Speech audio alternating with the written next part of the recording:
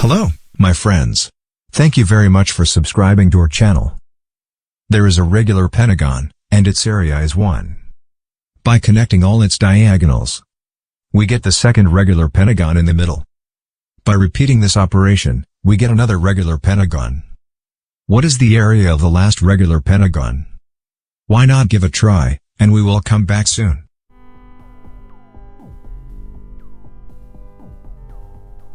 All the regular pentagons are similar to each other, so the most critical step is to find the similarity ratio. And we can start with the similarity ratio between the first two regular pentagons. We know that one interior angle of a regular pentagon is 108 degrees. That is, these blue angles are all 108 degrees.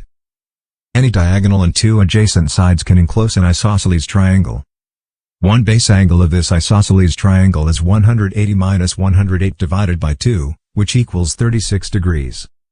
That is, these green angles are all equal to 36 degrees. The remaining red angle is equal to 108 degrees minus twice 36 degrees, which also equals 36 degrees.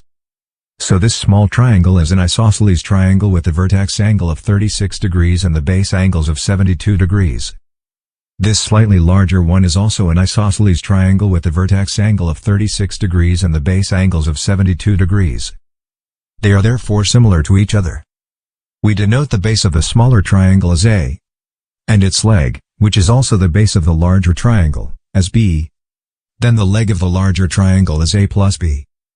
Because they are similar, we get that A over B is equal to B over A plus B. Obviously, this ratio is the reciprocal of the golden ratio, phi, which is equal to the square of 5 minus 1 over 2. However, their similarity ratio, which is also the similarity ratio between these two regular pentagons, is not this phi, but A over A plus B, which is equal to A over B multiplied by B over A plus B, that is, the square of phi. The ratio between the areas is then equal to the square of this similarity ratio, which is phi to the 4th power. The area of the regular pentagon in the question is 1 times this ratio and times this ratio again, that is, phi to the 8th power. How to find phi to the 8th power?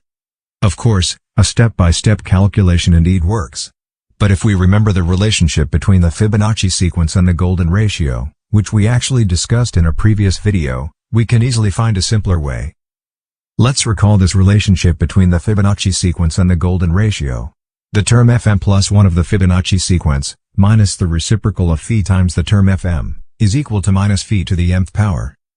Then phi to the 8th power, is equal to minus 1 to the minus 8th power, multiplied by the 9th term of the Fibonacci sequence minus the reciprocal of phi multiplied by the 8th term. The reciprocal of phi is exactly the golden ratio, which is equal to the square root of 5 plus 1 over 2. Now we only need to find the first 9 terms of the Fibonacci sequence. The first two are both 1. 1 plus 1 equals 2. 1 plus 2 equals 3. 2 plus 3 equals 5. 3 plus 5 equals 8. 5 plus 8 equals 13. The 8th term is therefore 21. And the 9th term is 34. Bringing them into the previous expression, we get the final answer, 47 minus 21 times the square root of 5 over 2. Thank you for watching, and see you next time.